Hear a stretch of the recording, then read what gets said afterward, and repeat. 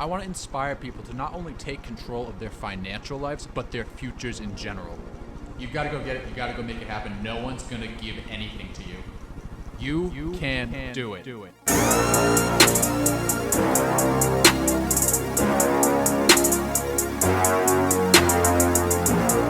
And we are up. Mr. Chris, welcome back to another episode. It's nice to have you back on.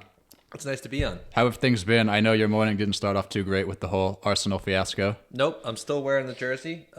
Before the season started, I got an Arsenal tattoo, and I'm like, this is going to be great. They haven't scored a goal since... They haven't scored a goal in the league since I got the tattoo, so... That's hilarious. Yeah, already looking into getting it removed. What was the final today? 5-0?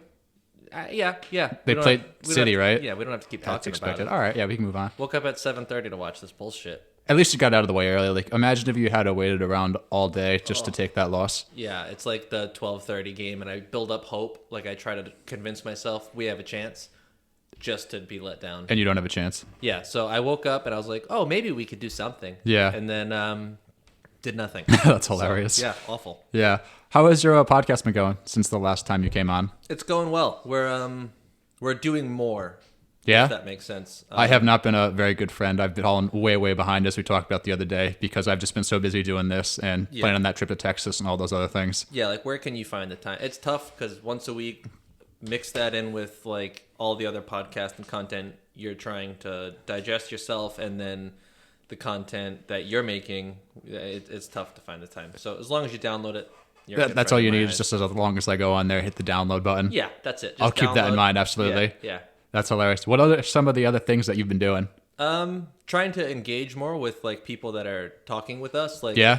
The last episode we did, we recorded it not last night, the night before. It was a review from someone on iTunes, and they were like, hey, I love how raw this is. Can you guys talk about, like, ups and downs in your relationship? Right. So that one's super personal, obviously, and it's coming out next Monday. Really? Yeah. What are this is going to go up, like, probably within, like, the next month or so. So what are some of the things that you went into over there, if you want to check it out? In that episode specifically? Because this episode that we're recording right now, this is not going to go up for quite a few weeks. That episode will be up by the time people are seeing this. Yeah, so we just kind of talk about, like, keeping that open line of communication and how important that is. And, you know, with my wife and I, when we had our struggles, we weren't really communicating. Yeah. It wasn't, like, great communication. Right. It was like... we felt like roommates almost. Right. And ever since everything went down and we got back together, it's been so much better because we're having Pull that microphone open line a little bit closer of communication. That's perfect. Okay.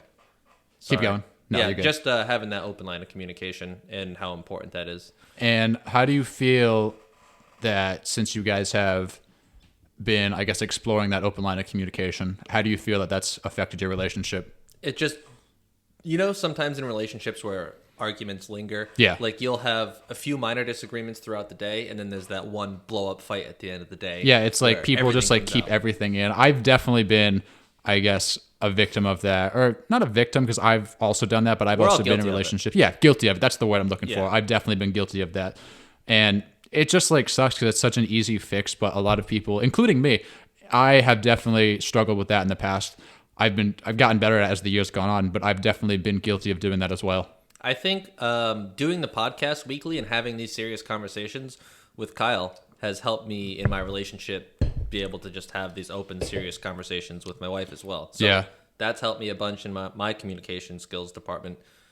And obviously, since the last time I came on, I'm actually in therapy now, and that's helped a bunch too. Are you? I know we're going to get into that later on, but I'm excited to talk about that because I feel like a lot of people have a lot of different takes on therapy. So I'm really excited to kind of dive in a little later on about what you've learned from therapy and kind of like what that diagnosis we were talking about was. Yeah. But interesting question here.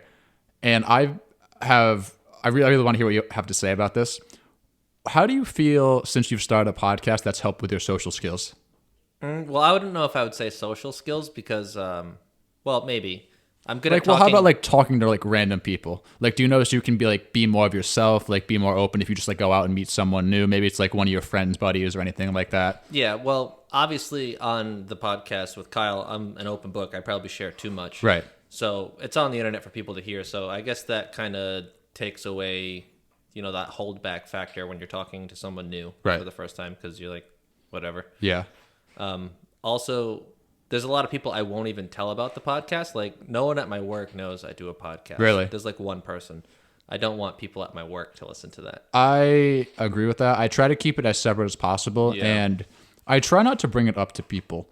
Like, obviously, if you're like one of my friends, you're gonna see me post it on like my Instagram and my Facebook. But if I just go out and meet you, there's a very good chance that I'm not gonna bring it up to you for quite a while. Yeah, it seems kind of too like, oh hey, I have a podcast. I just like met you. Who cares? I don't care about your podcast. Yeah, like I just don't feel the need to, I guess, brag about it, you know? No. Like, to some of my friends, like, if I have, like, you know, a really big guest on there, or I have, like, a really, like, an episode I'm really proud that I've recorded, yeah, absolutely, that makes sense to go and talk to them and be like, hey, this is what I did, this is what I got on there, this is the edit I made.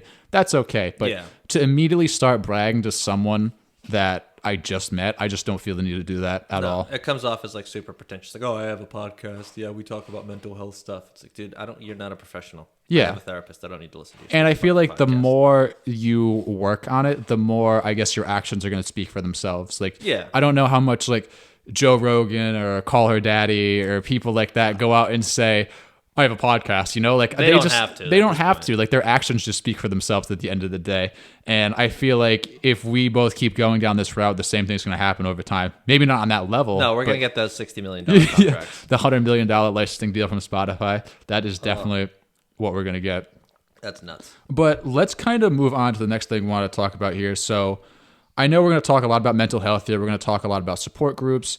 Do you kind of feel like you're being held back at all based off of kind of the people you're around, that you associate with, anything in that category? No, actually, I think the people that I have in my life now are very good at offering me that support no matter what avenue I'm trying to take. I've had people in my life prior that would hold me back and, you know, make judgments. I don't really speak to them anymore. Right. So at this point, no. How do you have that feeling where you're being held back by people in your support group, or is that... That's an interesting question, because I feel like, how do I want to put this? I don't feel like they're necessarily holding me back, but I also don't feel like some people that I associate with are making me the best version of myself. They're not helping you push forward. Like, I feel like, I don't know, I'm trying to, like, I have a couple of really, really great friends, and I love all my friends. Like, there's not a single one that, if I really didn't like them, I wouldn't talk to them. Yep. But I have my friend Tyler, who's, you know, I did an episode with him a while back. He, you know, was addicted. He was an alcoholic. He's turned his life completely around, and now he's really into entrepreneurship. He's going to do great things with music. I'm like super excited to see the things he's got planned. That's cool. His girlfriend, she has a really great story. I recorded a podcast with her the other day. I know we talked about this the other day when we were playing golf, but she lost like 60 pounds. She turned her entire life around.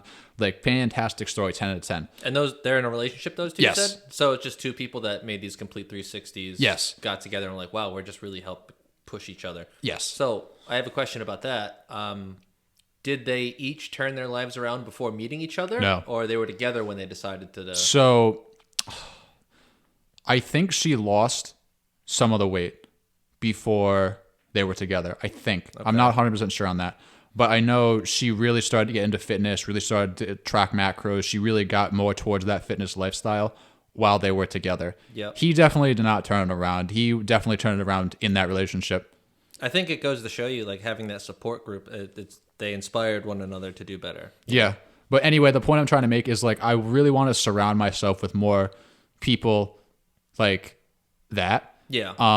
Like, obviously, Nick's been on the podcast a few times. He's been like a really big driver behind a lot of this stuff I'm doing because, you know, we went to the same high school. He's a few years older than me, but he's done all these things. And I'm just like, if he can do it, like, why can't I? Like, what's stopping me from doing that? But those are the type of people I really want to associate myself with. And I really want to associate myself with people who have a drive to better themselves, to get better every single day, to get 1% better every single day. And I don't want to say some of my friends don't necessarily go down that path, but I feel like a lot of them go down the traditional path of, you know, work 5 days a week, live it up on the weekends, as opposed to me. I'm like, get up early, you know, exercise, challenge myself, go to work, come back, you know, work on this, like try to learn a new skill. Like, I'm always just having my hands in some different project. And those are the type of people I really want to associate myself with. So I'm really trying to associate, I'm kind of in like an awkward point. I'm trying to associate myself more with people like Tyler and Casey, but also like, you know, I do like my friends. I do like hanging out with them because I like to like, you know, go out and just, you know, forget about everything, forget about all work related things, kind of cut loose a little bit. I like to do that. I think that's important, but I really have to keep that in moderation, I feel like. Yeah, it's one of those things like, for instance, with someone like Nick, you can learn a lot from him. Yeah. Because, one, you guys are both very smart when it comes to the financial, like the stock market. Yeah. You guys were talking about that on the episode he was on. I know he was on a second time, but I haven't watched that one yet. But you can learn a lot from each other. 'Cause Yeah. you have the same goals. And someone who built up a YouTube and, you know, makes a good living off of YouTube, you're trying to do the same thing. You can learn a lot from them. Right. So, and I'm not saying that I'm not like trying to shit on any of my other friends. I'm not, no. like, because if they listen to this, like I don't want them to think that, because if I really didn't like them and I didn't enjoy hanging out with them, I wouldn't go. Like it's literally that simple. Like if I don't like you, I'm not going to hang out with you. Like that's the honest to God truth. Like I'm just not gonna text you. Like sure, if you need something, yeah, I'll be there. But if I really don't like you, I'm not going to go out of my way to hang out with you. That's for sure. Yeah. I'm not going to be asking to hang out. And if you ask me to hang out, unless something's dramatically wrong, I'm probably not going to respond. Yep. So you always answer my text, so I feel good. yeah. So I don't hate you. That's a good thing. Not yet. But that's kind of like the point I'm at. I really want to keep my inner circle like really, really tight and really surround like those people I talk to on a day-to-day basis with that same mindset. And then like, I guess my little external circle when I'm like, all right, I need to relax. I want to go out. I want to have fun. I want to forget about all this stuff. Then I want to bring in like my other friends. Yeah. But like the people I talk to on a day-to-day basis, I want to keep it to people like, you know, Tyler, Casey, Nick, like people in that, I guess, industry niche, because that just like drives me a little bit more, I feel like. Yeah. So it's kind of like, I don't see doing the podcast and stuff as work, but it could obviously eventually turn into something that makes me money. Right. Same case with you.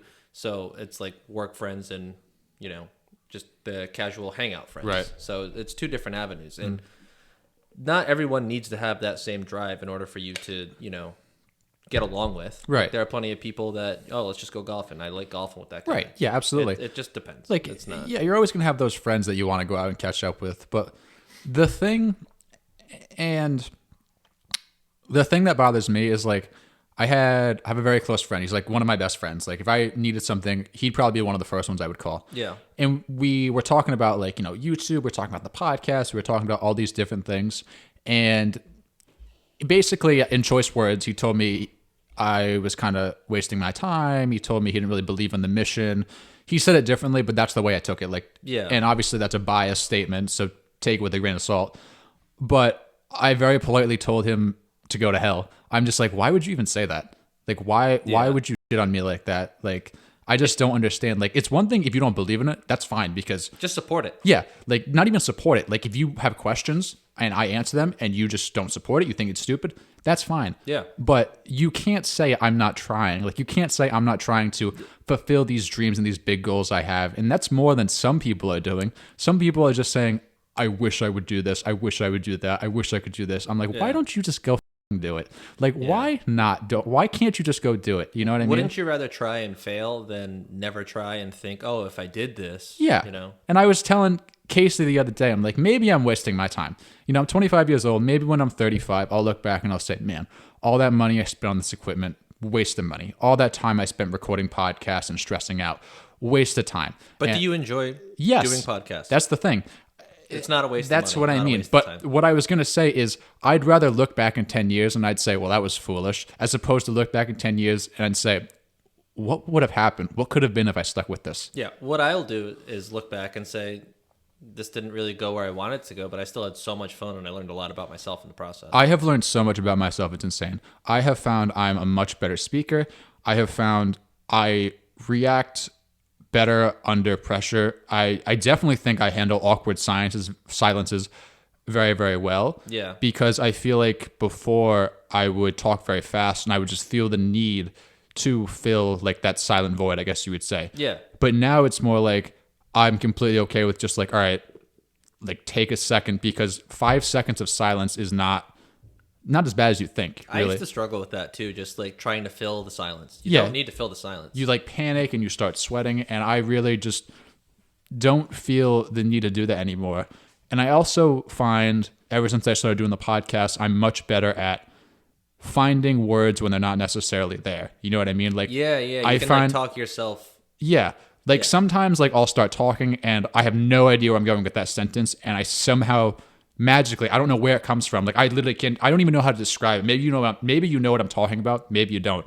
But I magically piece it together and it comes out as like an intellectual comment, like an intellectual question, on accident and completely on accident. I have no idea where it comes from. I literally don't even know how to explain it to you. Yeah. But I've found that a lot by doing this podcast. I do also find myself like starting a point, going through it, and then going, Kyle, can you jump in here? I don't know where I'm going with this. Like I'll put myself in a mental pretzel. Right. That's bound to happen when you're talking for like an hour and a half. Oh, it's definitely going to happen from time to time. Like you can't expect to be on the ball all the time. That's for sure. No. But how important do you feel like support groups are? Like how important do you feel like it is to really be around those like-minded people that have like similar goals? It's definitely important. Like, well, I've got some news for you. I broke the drinking thing. I had a drink at the family party. Did you? Yesterday. Yeah. I was thinking that when you texted me. I was thinking, I'm like, man, if he really went through that family party or work party? It's a family day at work. Okay. So I was like, if he really went through that and didn't have a drink, like that'd be awesome. Yeah, nope. But you just had one drink? Cool. No, I had multiple. Okay. Yeah. It turned into like a let's get drunk tonight. Yeah. But you got to find that balance, you know? I'm not going to fall back into the habit where I was drinking every couple days, like, a couple beers after work. I'm not going to ever get into that habit again. How long did you go without drinking? 11 days. 11 days? Yeah. That's a pretty good cleanse, like almost 2 weeks. Yeah. I mean, it's not the greatest cleanse, but it definitely helps you, get yourself out of that funk, that, habit. What did you learn from not drinking for almost 2 weeks? I think a lot of it, too, with, the drinking, was like, I'm bored. Yeah. Let's get drunk and play FIFA or something. Like it wasn't healthy, obviously. I felt like, and I wasn't an alcoholic by any means. I want to stay that. Absolutely not. I felt like last year during kind of like I guess the height of the pandemic when everything was shut down, there was nothing to do. What else are you gonna do besides grab a drink and just chill at your house because you couldn't leave? But the thing is, I almost felt upset when on days I was like, I'm not going to drink. And then it got to the time that I would normally sit down and have a drink. I almost felt upset. Like you're pissed off? Yeah. I felt not pissed off, but kind of depressed in a way where it's I felt like something was missing. Yeah. And I look back and even sometimes now when I'm maybe it's I'll drink a few days in a row and it's Friday, have a couple drinks, Saturday, have a party to go to, Sunday, whatever the case may be, when I have a couple of drinks for a few days in a row, not getting belligerently drunk. Yeah, he finishes a handle a day. When but having a couple of drinks, it's and Monday rolls around, and I'm all right, I'm not drinking today. I'm not drinking this week. I almost feel upset, and I'm that's not right. I shouldn't feel like that because I'm bettering myself by not doing it because alcohol is literally a poison. Your target for the day on a macronutrient scale is 0. Yeah. You want to not get any of this. Yeah, exactly. In theory, you could never drink again, and it'd probably be the healthiest thing for you. Yeah, it's finding a balance because there is you go out, you have fun with some friends, you have a couple drinks, you make these memories or lose memories, depending on how much. But it's good to let loose a little bit. Yeah, So it's finding that balance, and it's easy to lose that balance, especially coming out of what we just came out of. Yeah, well, we're still in pandemic. It's at the height. I just can't believe it. Blows my mind that when the world was shut down last year, cases were at I went and looked this up the other day. Cases were between 25 and 30,000 cases a day throughout the United States. Yep. Do you know what they're at right now? No, I don't watch the news. I don't look into That's probably the best thing you could do. I just looked this up the other day. We're at August 25th. We had 170,000 cases. 170,000 cases. That is nuts. And I feel I'm not pretending that we're not in this anymore, because obviously we clearly still are, but right. I just don't let it consume my life, because I feel before when we were in the lockdown, it was, COVID cases are up, people are dying, and I just decided I'm not going to watch this anymore because that's the best thing you can do. I feel I don't watch any news. I tell you what's going on anywhere. I read enough to educate myself. Yeah, but we were talking about the other day with politics and all these, COVID and all these other things that are going on, you can only do so much to make a change. Yes, could I have campaign rallies? Yeah, I could. Am I going to do that? No. Could I start riots? I mean, maybe, I don't know. But am I going to? No, I'm not going to take that route. So I feel it's important to educate yourself and be aware of what's going on. But I don't think it's good to consume your life with it at all. Yeah. And I mean, for someone like you that's very into the stock market, you have to be aware of what's going on in the world because stock prices fluctuate based on, certain events that are happening in the world. Absolutely. So in my case, I'm in my own little world. I know IT stuff. That's it. Right. Yeah. I don't care about anything else that's going on. That's funny. So let's go back to the drinking thing. Okay.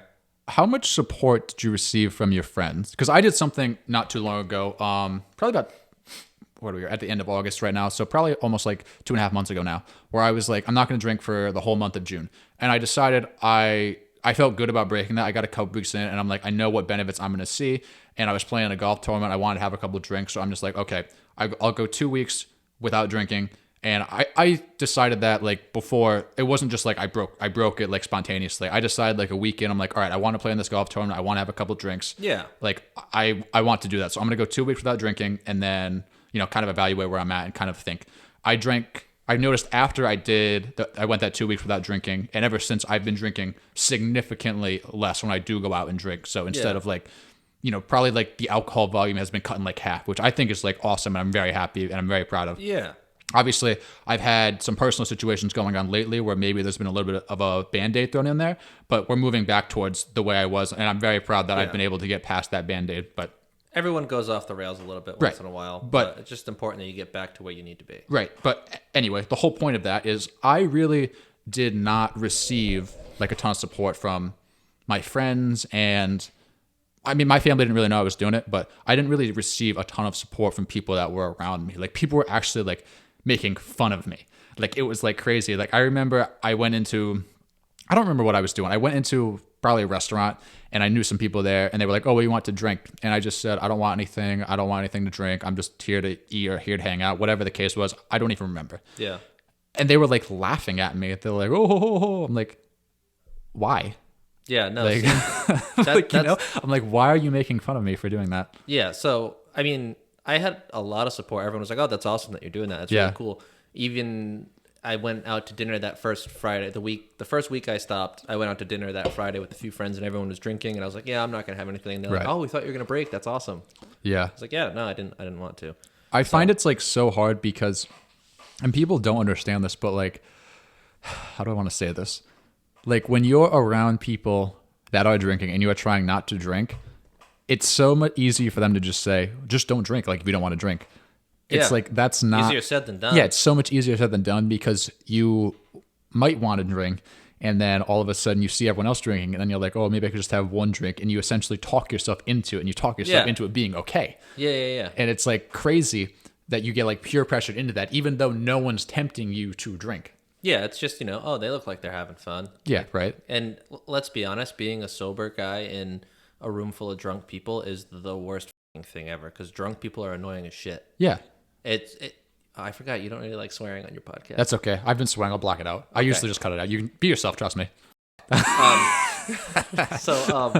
Yeah, it's just being in a room full of drunk people is really annoying, especially like when they're super drunk. So, oh, dude, I know. I went to a party at Kara's, Mike Pinocchio's fiance, Kara Giorgio's house, and I went to go to another party after I left there. I had a drink or two there, and then I went to this other party. I got there probably like 9:30, 10 o'clock. Everyone was completely drunk, like very gone. And I'm just like, I wish I didn't even come. Like I wish I stayed at Kara's. Like, I'm not having fun here whatsoever. Yeah, it's brutal. Yeah, it's like, oh my god, but that like made me want to drink. I didn't because I got to catch up to these people, otherwise I'm gonna lose my mind. I didn't because I had to drive home, and it was like an hour drive. But at the same time, it made me want to. Yeah, because that's the only way you can really deal with it. Right. Now, what did your wife think of that you not drinking? Oh, she was super pumped. She was like, I need to keep you accountable, right? Because I told her, hey, keep me in line. If you see me like slipping a little bit, she'll, I want you to shun me. Yeah. So she was really cool about it. Even like there were nights where she was like, I wish we could have some wine together or something, but I want to keep you like in line. Did she do it with you? No, like when we went out, she had like one of those drinks. She's not a big drinker anyway. Oh, okay. Like she drinks socially. Like if we go out, have a drink or two. So she doesn't really drink a bunch. Right, so. But never anything like dramatic where she's like you're carrying her home or anything like that. No. She's the one that carries me usually. So. Let's kind of backtrack a little bit here. So we talked about how some of the people that maybe we've been around or that we are around might be holding us back a little bit.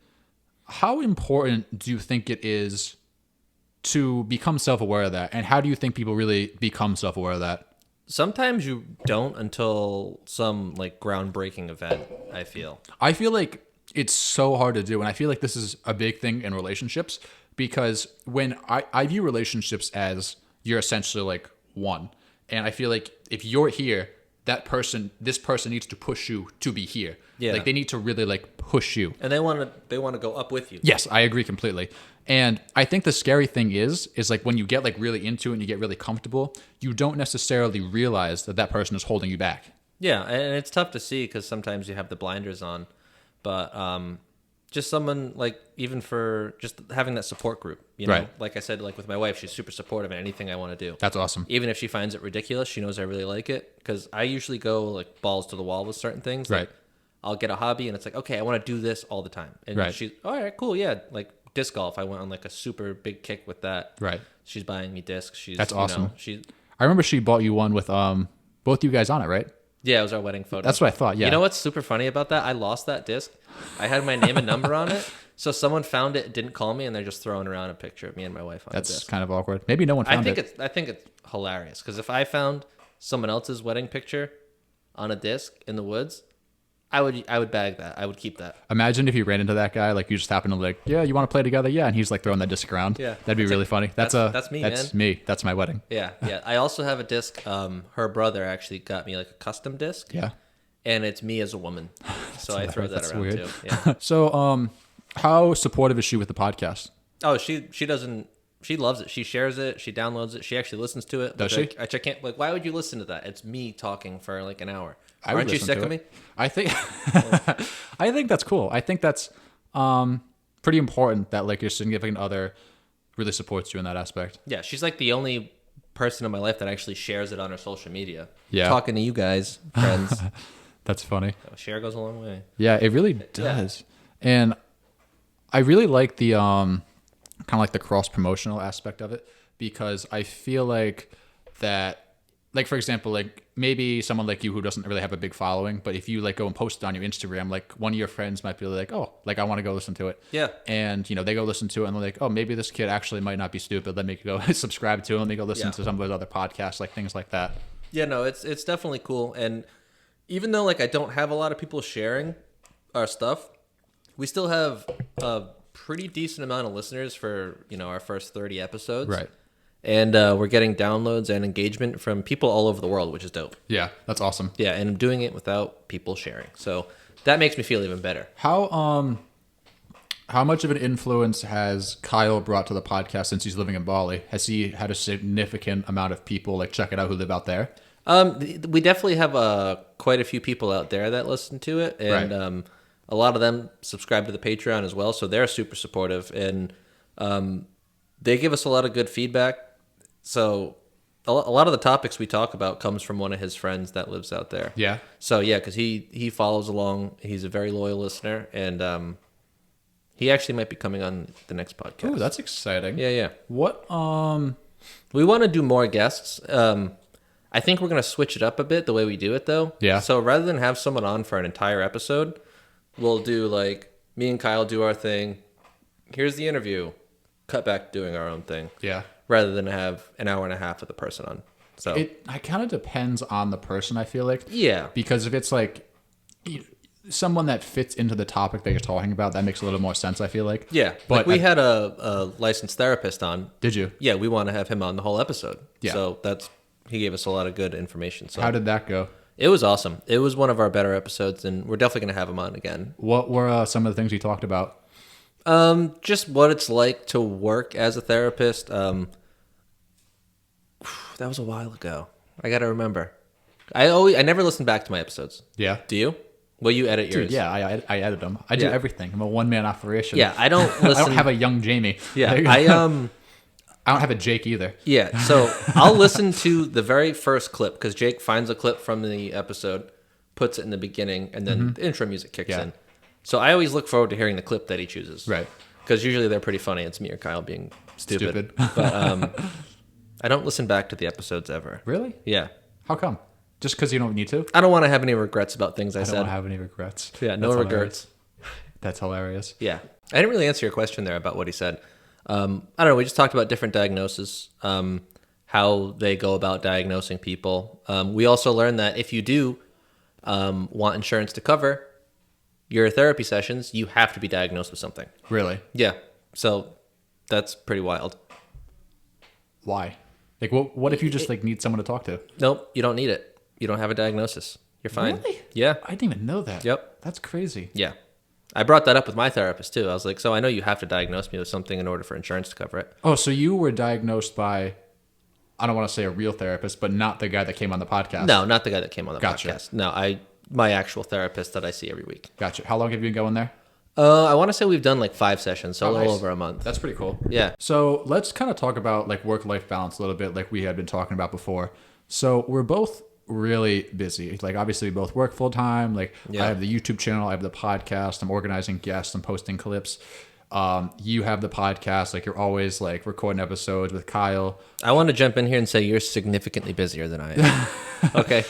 Dude, sometimes it hurts my head how busy I am. Like, so we played golf on the other day, and the next day I played golf again with one of my friends who I don't see too often. Yeah.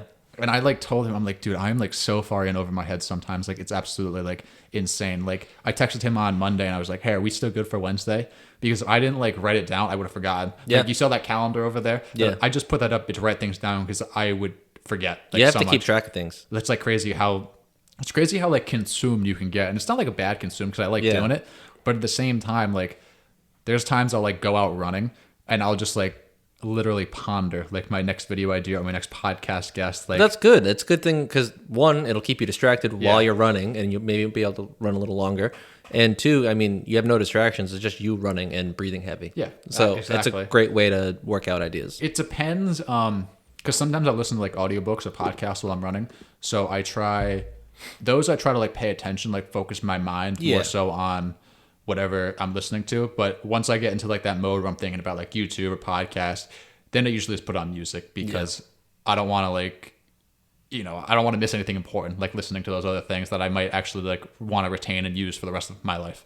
Yeah. Yeah. So when I run, which I don't do often, I don't use music or anything. I just like run and try to get like really like fine tuned with like my breathing and my body. Savage. Huh? Savage. Yeah. And then I got the Apple Watch. Yeah. And I just follow my heart rate and just try to like get in tune with it. But I don't like listen to music or anything. It's crazy because like I feel like people could run so much more and so much more effectively if they just focused on their breathing. And heart rate. I listened to a podcast a while ago, and this might be complete bro science and common sense to a lot of people. We're all about bro science over Doubly Negative. But it's essentially the exhale that controls your heart rate. So when you first start running, you really want to breathe like super heavy to kind of get your heart rate up a little bit and get it to like more of a sustainable pace. Because I don't know if you've noticed this, but if you like ever go for like say a 5-mile run, sometimes your first mile is going to be like significantly harder than like the 4th mile per se. Because and that's because your body's like getting used to it and you see that like jump in heart rate. Yeah. So what you want to do is you want to really breathe heavy, really focus on taking in that inhale like really quickly, like that. Really? And then exhale like as slow as you can, and that's going to control your heart rate and keep your heart rate down. Yeah. Obviously, you can only do that for so long because if you go for like a 30-mile run, and then it's just brutal. You're going to have to breathe heavy at some point. But if you can do that for as long as you can, you're going to find out you can get a lot more brain to your oxygen, and you're going to be a lot more effective in your running. Excuse me, a lot more brain to your oxygen. A lot more oxygen to your brain. Oh God, that's too funny. Anyway, back to what I was saying before. So, how do you kind of find that like work-life balance so you don't really get burnt out? I just make sure I fit in things that I like to do and I choose to do. Right. That's all. There's not much more else to do it. Put myself in a mental pretzel there. I know. Not much else. I'll put that at the front now that you just roasted me after that. Yeah, just us roasting each other back and forth. That's going to be the intro. No, I mean, I get out of work. I try not to bring my work home. Like, if someone, like my wife asks, hey, how was work today? Oh, it was all right. I don't complain about work. I don't bring that home. I leave work at work. That's probably the best thing to do. Yeah. And I mean, I have like my work email on my phone, Teams, stuff like that. Obviously, I'll get calls after work sometimes. That sucks. Well, being in IT, if something goes wrong for like, one of the VPs or something, it's got to get fixed. Are you like always on call? Yeah. Like, I mean, I've gotten calls at like 5 a.m. Ooh. But it doesn't happen often. Yeah. So it's not terrible. Yeah. Just when it does happen, it's like, oh shit. But it's not terrible at all. Yeah. So just leaving work at work, I think it's important. Right. And that's why I don't really like, I mean, some work people I like hanging out with. Yeah. But for the most part, if you ever go to like work functions or you hang out with people from work, all they want to talk about is work. I don't want to talk about work. Oh my God. I hate people like that. I don't want to talk about work. Let's just it. complain about work. Let's not. Let's talk about things we like to do. Anything else? Like, do you have any other hobbies that you're interested in? Yeah. Let's not talk about work. We talk about work at work. Yeah. Like, oh my God. That's literally every single job I've like been at when I've gone out with people that I work with. That's all they talk about. I'm like, I don't understand. Like, why? And maybe because it's like a comfort zone. It's like common ground. That's what it is. Yeah. Because you don't know much else about each other. Yeah. When you're first hanging out and talking. Right. So that's what you're going to talk about. What's the one thing we have in common? It's because people are afraid of awkward silences. Yeah. So you fill it with talk about work. Oh my God. It just like blows my mind. I'm like, you don't have any other hobbies. Like, there's nothing else you do. Yeah. And I don't know. Sometimes it's like, I get it. Yeah. But at the same time, it's like, I'm not going to sit here and talk about work with you on my day off. No, 3 hours. Thank you. No, thank you. Not interesting. Like, yeah, maybe to break the ice a little bit. Like, all right, how do you think about this? How's this going? Like, that type of thing. Yeah. But once you get like going, it's kind of like going back to the running thing. Like, once you get the first mile in, it's like, all right, like something's got to change here. Like, you know what I mean? Let's talk fantasy football or something. Like anything at all. Yeah. So. Yeah, I don't like that. I'm not like that. No, I stay away from work. Yeah, it's the best. I don't thing to talk do. about my job ever. Yeah. What do you do for work? I work in IT. Okay. Yeah. What else do you do to avoid burnout? Leisure time. I enjoy video games. Yeah. A lot. I play a lot of FIFA. Too much FIFA, probably. Right. I'm going to be honest with you. Too much FIFA. But just unwind, spend time with my wife, my dog, do things I want to do. That's it. Just like try to do what you want to do. Clean. And you know what? Like, make a schedule, right? Like, so you writing stuff down on the calendar. Right. Write in time for yourself. Don't just say, these are things I have to do. These are things I have to do. This is when I'm doing stuff for myself. Like, write that in. I talked about this in a recent video I posted about how if you structure your days, you're going to have so much more time and you're going to be so much more productive. It's like insane. And if you set times when you're going to do these things, you do them at those times and you don't push them off. Yes. And it's going to be a priority to you. Like, for example, like if you pencil in from 10 to 11 p.m., I have to record this podcast, you're going to be more likely to do it as opposed to like, yeah, I'll record that podcast tonight at some point. Yeah, I'll get it done. I can't tell you how many times I've done that because I do the Singly Negative on the Patreon where it's just me. Right. Kyle also does those by himself, but there are times where it's like, I'm going to record when I get home. And then it's like, oh, I'll play FIFA before I record. That's the thing, you know, it's so easy to put off. Yeah, I just put it off and I don't do it. So actually doing things that I say I'm going to do in a timely fashion. Yeah, and Nick and I were talking about this on the last episode he was on.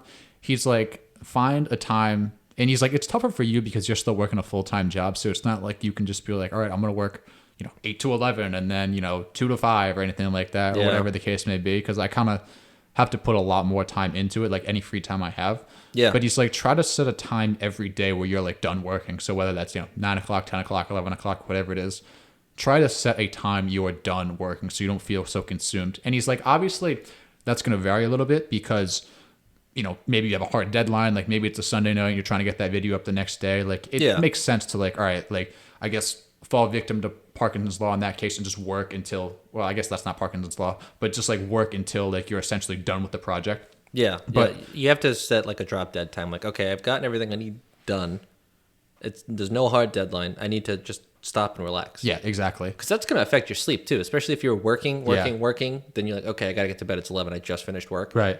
Your brain is still like going crazy. Right. Ariana and I were talking about that on the episode she was on, which actually hasn't been released yet, but it'll be released by the time people see this. It's going up on this upcoming Wednesday. Yep. But we were talking about how if there's no deadline, and sometimes she'll get like ahead with her blog post, but if there's no deadline, a lot of times it's better to just like close the laptop and leave yourself wanting more the next day as opposed to just like grinding, working, like kind of Gary V mindset, like all day, every day. The quality of your work is going to drop too. If you're forcing yourself to do it, you want to do it. You're going to get more frustrated too, and you're going to feel unmotivated. And I've noticed that too.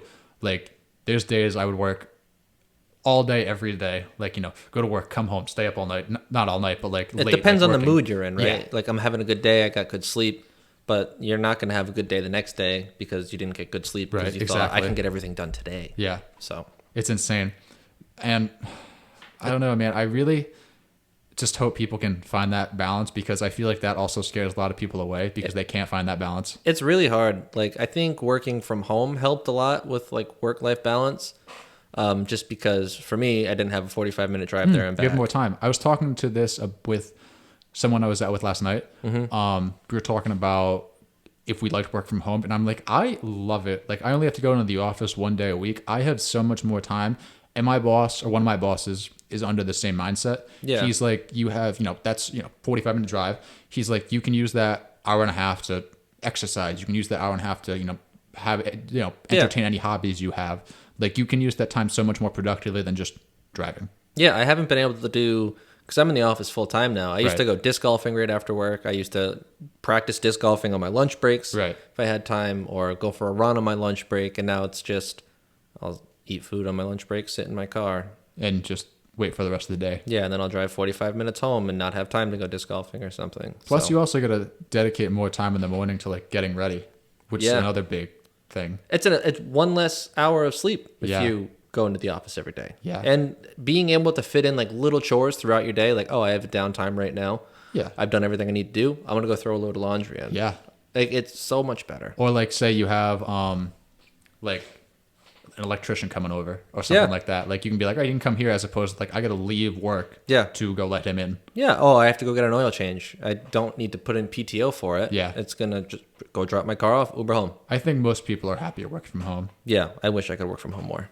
Anyway, let's get into the therapist diagnosis you've had. I'm kind of excited to hear about this. Yeah. So I was diagnosed with anxiety. Were you, like, officially? Yeah. And I asked her, I was like, is this because you have to diagnose me with something? That was going to be my next question. Yeah, I had to ask, because I brought up that I know that she had to diagnose me with something. Right. So I asked, and she said, no, you definitely have anxiety. Really? Yeah. Wow. It's something, I mean, it makes sense. I always have irrational worries about certain things. Like what? The well-being of, like, my wife or dog, for example. Kind of like paranoia almost? Yeah. So let me bring up, you might have to filibuster here a bit. I need to, the anxiety diagnosis. I'm going to give you a quick example of the symptoms and when I would feel them. And you're going to say, why would you feel anxiety in that? So, you're giving this to me? Yeah. Okay, awesome. Okay, so Kyle had something on the podcast that we recorded earlier, and it made more sense, but I'm just on WebMD right now. Okay. So excessive ongoing worry or tension, feeling of doom, crankiness, faster heart rate, trouble concentrating, feeling tired and weak, being easily startled, and trouble swallowing. That's just a few of the long list. And like, I would feel this if my roommate was walking my dog. You would feel all those things. Really? Yeah. Why? Because you're afraid of... What if he gets off the leash? What if just all these stupid things that I shouldn't worry about? Right. Like, I trust this man with my dog, so what's the issue? Right. Why am I getting anxiety? It's because I don't have control of the situation. Right. So when I have that loss of control, that's when I get the anxiety. Mm-hmm. So I've done a lot better with that since going to therapy, though. That's good. So obviously in therapy, I tell my therapist all the things that make me worry. Makes sense. And she kind of breaks it down with saying, so what's the probability of something bad happening there? Uh-huh. What's the probability of, your dog getting loose? Right. He's been taken for walks by other people all the time. Hasn't gotten loose yet, right? Yeah. So the probability is low. Mm-hmm. You have to think in terms of probability. What's the likelihood?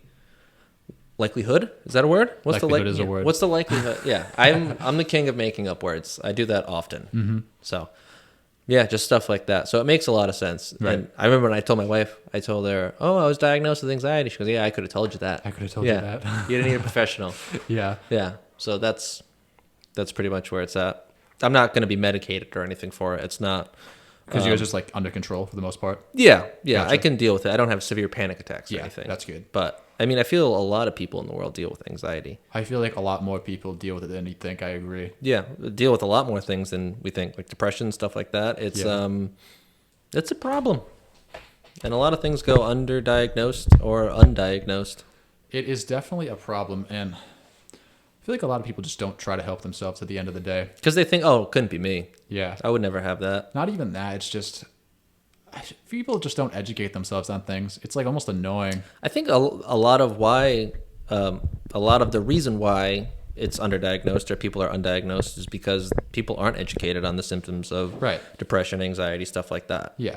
And I don't know, going back to this whole COVID thing, like people are like, oh, you didn't get the vaccine, you're not doing your job. I'm like, I mean, first off, I'm not like anti-vax, as we've talked about before. Like I'm completely like libertarian on that aspect. I'm like, if you want to get it, go ahead and get it. If you don't, you can still come to my house. Yeah. Like, I literally don't care whether you got it or not. I have Your friends. choice. I have friends that have gotten it.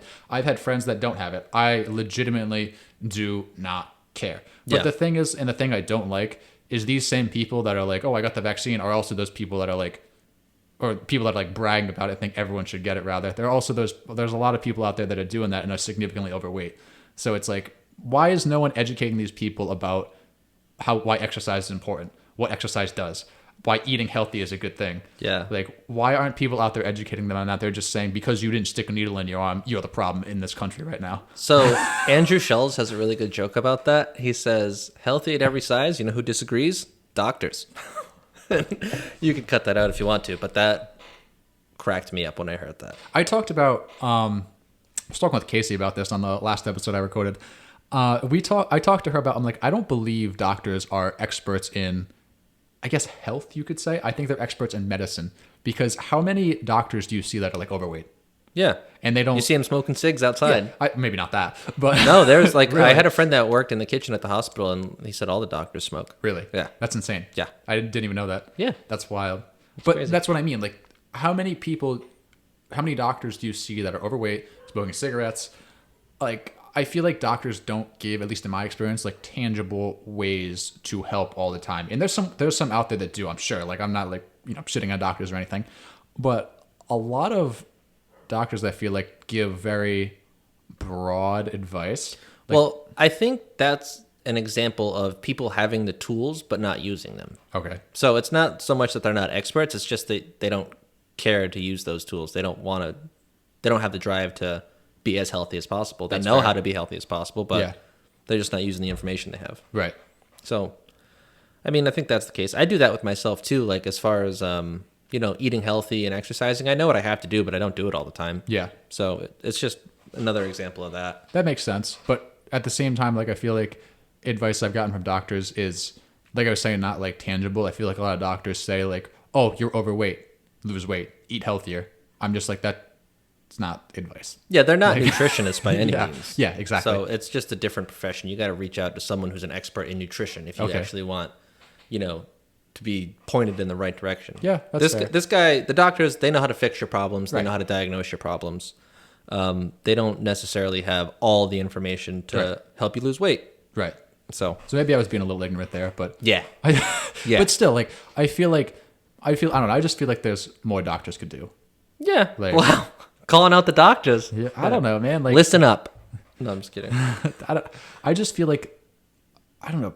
Maybe it's also people being ignorant and they're not like also putting in the effort. Yeah. Because maybe it's like, my doctor said to eat healthier, I just need to eat healthier, as opposed to like actually going out there and educating themselves on nutrition and all these other things, because everything you want to know is out there. Yeah, you'll see people like, oh, I need to eat healthier, and then they're like drinking a shake. It's a protein shake, and it has 1,000 grams of sugar in it. Yeah. Like, that's not what you need to do. Yeah. Some people, it's just ignorance. Right. That's all. I agree. But let's talk about men's mental health a little bit. Like, I feel like there's been a lot of things that have gotten attention in this country, and I feel like almost men's mental health doesn't get enough attention, and I feel like it should get more, honestly. I feel like mental health in general is starting to get a little more attention than it did in the past. I think so too. Especially with everyone being locked in the house for as long as we were. Right. In some countries, people still locked in the house. Yeah. I think it's getting a lot more attention now. Yeah. But it's still in the very early stages of being on the forefront of issues. But I feel like I still see a lot of my friends and a lot of people that are still just like not really willing to like open up and kind of like share how they're feeling. Yeah, and that's just learned behavior. Yeah. They hear from their dad, oh yeah, be strong, you got to be the man of the house or something like that. Yeah, that's true. So a lot of people are like, no, I'm strong, I'm the man of the house. Yeah, like I've definitely been trying more so to be like more open, more like honest, not only with myself, with the people around me, like how am I feeling, why am I feeling this way?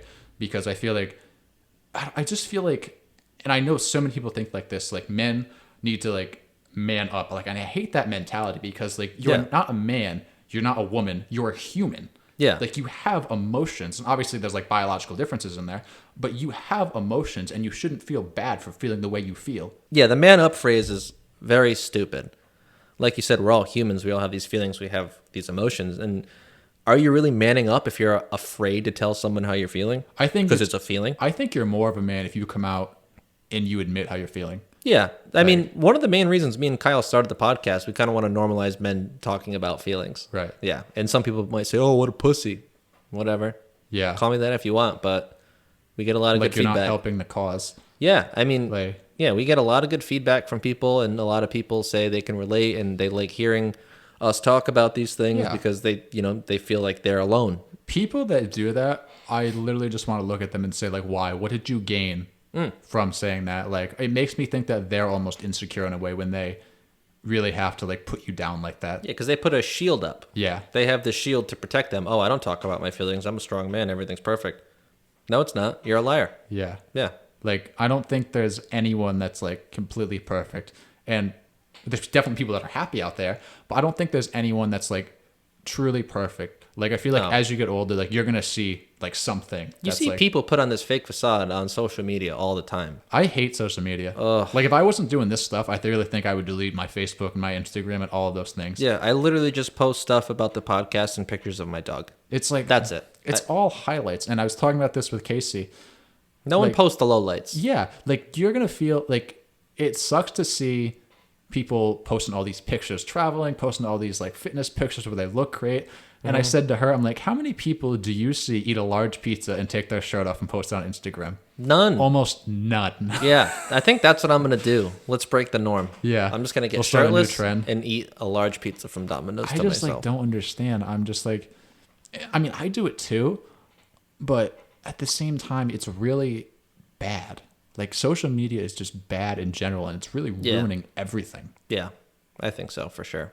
Did you ever watch The Social Dilemma? Yes. Is that what it's called? I'm going to watch it again. I watched that kind of recently, and you know what? While I was watching it, I'm thinking, wow, this is kind of crazy and scary. And my social media usage and just, like, browsing has gone up a lot more since I watched it, which isn't good. Really? That's interesting. Yeah, and it probably has to do with the podcast and trying to find ways to promote it, get it out there. So it's mostly that I'm doing. Like, I'm not going on. I don't care what other people are doing. Right. I really don't. I'm just trying to get, promotion for the podcast. Yeah. So that's pretty much what I do on my phone. Right. And I read news about Arsenal losing 5-0 to City. Yeah. I just refresh that subreddit all day. Like, did we fire our manager yet? Did we fire our manager yet? Nope. Do you see Ronaldo went back to Man United? I feel like that happened so fast. I don't want to talk about it. I feel like Juventus was just like, yeah, he wants out, and then like literally an hour later, he was like, yeah, by the way, he's going back to United. Yeah. I'm like, how did that happen so fast? I heard rumors of him wanting to leave, and then it was, all right, he's going to Manchester City. And then I thought it was a done deal with Manchester City. That would have been... Next thing you know, Manchester United. Yeah. But, Jesus Christ. That would have been something if he went to City. Yeah, they're really good. Yeah, they're like loaded. Yeah. It's one of those things where they have unlimited money. Yeah. And like the Yankees, I think you compared them to one time. Yeah, it's like financial fair play doesn't exist. That's supposed to be what like keeps things level, but it doesn't exist. Right. You look at PSG, they have Neymar, Messi, Mbappe, Sergio Ramos. Like, there's no, like, they're going to get sanctioned, and I think they can't for 3 years. Yeah. And that's why they went all out, because they said, we'll take the punishment later, but we're going to win some titles before then. Did you see, like, some of the debt these clubs have? It's insane. It's, like, crazy. Like, I think we were talking about this the other day when we played golf. Like, billions of dollars in debt. I'm like, oh, my God. Yeah, see, Arsenal is not in a lot of debt. So they were in debt when they built a new stadium. Right. But we didn't buy any players, so we could pay off that stadium debt quicker, which, hey, great business, but we lose all the time. Right.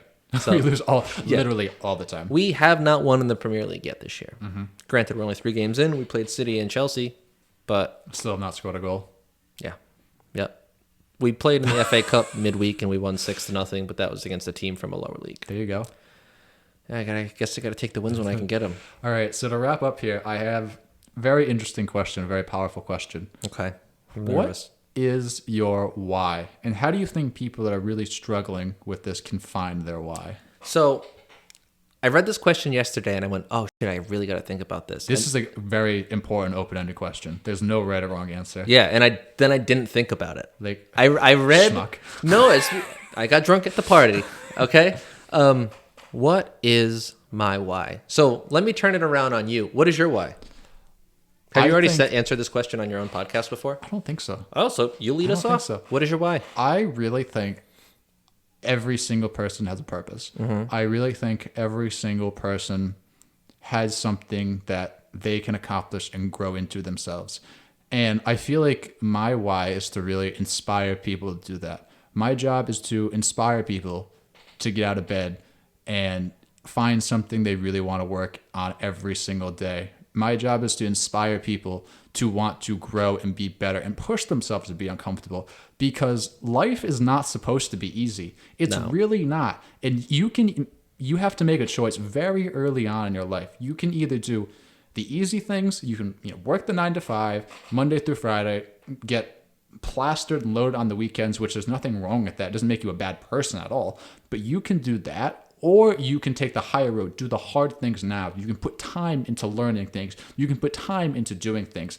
And you can really just put all your chips in the center of the table and go all in and be the best version of yourself. And even if it doesn't turn into anything, even if this podcast doesn't turn into anything, this YouTube channel doesn't turn into everything, you can grow so much. And I have grown an exponential amount since I've started doing this. It's absolutely crazy. And it teaches you that you really have to just take something you believe in and go for it. And, I have a bunch of friends who, ask questions about it, and I can tell by the look on their face that they don't support it, that they don't agree with it, they think it's stupid. And I've got 2 words for them. Fuck you. Go fuck yourself. Yeah. Because I don't care if you don't believe in it, because I believe in it. And I've seen numbers and numbers on numbers of people do this, and I believe I can do the same exact thing. And I want to inspire people to go out there and go get things they want, because you can sit back, but it's not going to come. It's easier for people to sit back. And I feel like the majority of people are happy sitting back. Yeah. And if that's where you're happy, that's fine with me. There's nothing wrong with that. I'm going to have a more depressed side of this, because I don't think everybody has a purpose. Really? I mean, maybe, but some people... Maybe everyone has a purpose, but not a lot of people tap into their potential and go for it. So I guess that's what you were saying, where you want people to go for it. Yeah. You want to help inspire people to go for it. And that's awesome. I guess my why would be normalizing talking about mental health and being open with your emotions, so you can get to the root of things and maybe aid yourself in dealing with mental illness, so you can, tap into that potential and not be held back by depression, anxiety, stuff like that. So normalizing talking about these things and having these conversations. I like that. I want people to go on a path of self-discovery and find that self-awareness. I like that. Yeah. Okay, maybe I am depressed. Maybe I do have anxiety. I never thought I was dealing with anything like this. I just thought, I'm tired all the time. It's because, I'm fucking depressed. Yeah. And you never think it's depression. You try to put it on a bunch of other things. I didn't get a lot of sleep last night, or, I've been working really hard. I just feel like people look for an excuse. People will look for... To take the easy way. Yeah, they just look for any excuse. Why can I have a drink tonight? Why can I put off working on this project? Why can't I do this? I'm just you literally need to just dig deep down and figure out, is this something I really want? Can I do this? And you'll always feel better when you actually do the thing you're trying to find an excuse not to do. And I also think people really need to really push themselves. I believe that people in general need to be challenged. I believe if you do not challenge yourself in life, eventually life is going to challenge you. Then you need to be up to it. Yeah. Me and Kyle talk about that all the time. We had a pretty interesting conversation the other day where he asked, what is it in my job? He says, he looked at me and said, you seem pretty comfortable. You make decent enough money. You're in a good spot. What's pushing you to go get more? And I said, I don't know. Nothing at the moment. So he thinks in order to reach these new levels, something needs to push you. You need to get to a crossroads. Yeah. And sometimes. I think it's very easy to stay at your job. I'm not saying there's anything wrong with that. Yeah. But I think it's tough to move jobs because it's like weird starting a new job. It's not the most comfortable. It's uncomfortable. Thing in the world. There's new people. You don't know what to expect. But I think he's tough. right. I really think, like I said before, going back to that, if you don't challenge yourself in life, physically, mentally, life is going to challenge you. And I don't know how you're going to respond with that adversity. Like before you got here, I went out and I went on a 10-mile run. I ran 10 miles.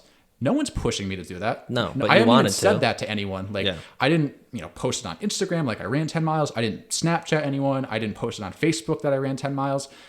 I didn't feel the need to tell anyone. It wasn't for anything but yourself. Yeah, I did that for me. I did that because I wanted to do it. I'm considering training for a marathon. I'm doing that for me. I've been taking these jiu-jitsu lessons and learning, martial arts. I'm doing that for me. I don't care what people think. I don't believe that people really think that you need to post all these pictures on Instagram. You need to do all these things like to impress someone. Like this podcast isn't impressing anyone, but this is something I believe in, and this is something to challenge not only my physical health but my mental health. Yeah. And I think if more people were to do that, if more people did the hard things, if more people got out of bed in the morning and went for a run and didn't just come home after work and just watch Netflix, and you really challenge yourself, you would see so much more successful people in this country. Yeah, no, I agree with you 100% there. Yeah. Sorry, I kind of went on a rant there. No, it's all right. You're passionate about it. You get it out. It's good. Chris, buddy, thanks so much for coming on. It's always nice sitting down with you and talking about this stuff. It was awesome. Where can people find out more about you if they want to learn about your podcast or anything else? Spotify, Doubly Negative, iTunes, Doubly Negative. We're going to start putting ourselves on more platforms. We're working in webcams, so we're going to get on YouTube and TikTok, all that stuff. Nice. That's going to be exciting. I think it'll definitely be really good if you start posting on YouTube and TikTok. It'll definitely get some more publicity for the podcast. Yeah, for sure. Yeah. All Chris's stuff will be linked in the info box down below. Thanks so much for watching, guys. Like, comment, subscribe, and download. We hopefully have a really, really big guest coming on soon. I'm not sure if you guys are seeing this by the time I'm posting this, but very excited about it. And yeah, see you guys in the next one. Bye, everybody.